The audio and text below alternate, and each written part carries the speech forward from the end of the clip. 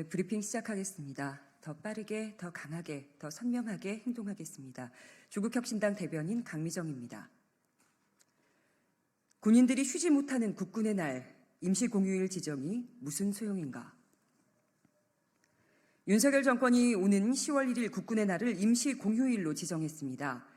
한덕수 국무총리는 오늘 국무회의에서 국가안보의 중요성에 대한 국민적 관심을 높이고 우리 국군의 역할과 장병들의 노고를 상기하는 계기로 삼고자 한다고 말했습니다. 윤석열 정권이 벌이는 일은 늘 이런 식입니다. 정말 장병들의 노고를 생각한다면 당일 기념식은 간소하게 하고 그날 하루만이라도 장병들이 편하게 쉴 수 있게 해야 합니다. 그런데 올해에도 어김없이 서울 도심에서 시가 행진을 하겠답니다. 첨단 무기를 선보이고 각 군이 위풍당당하게 행진하는 모습 보기는 좋습니다. 북한과 중국, 러시아 등 주로 권위주의 국가들이 군을 동원한 행사를 자주 열죠.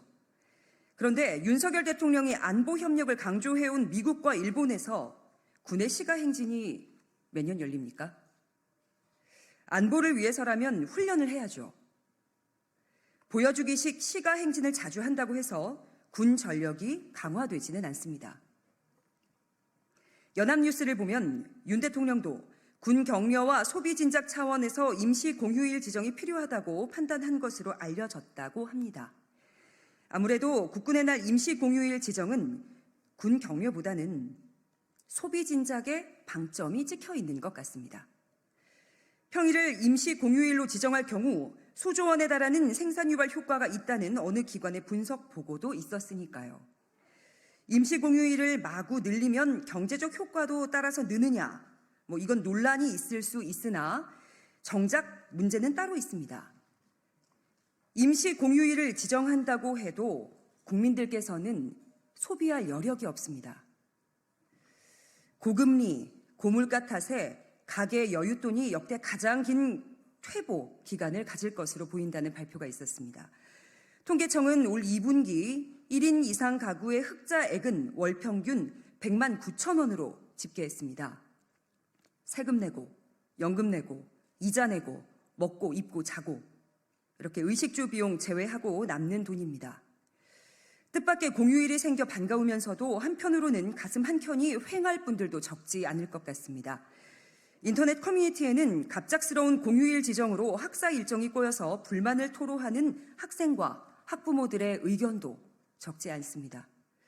학생들의 중간고사 기간이기도 하거든요, 그 기간이. 그래서 군 격려나 소비 진작 효과도 없을 이 임시 공휴일은 누굴 위한 것이냐는 궁금증이 생깁니다.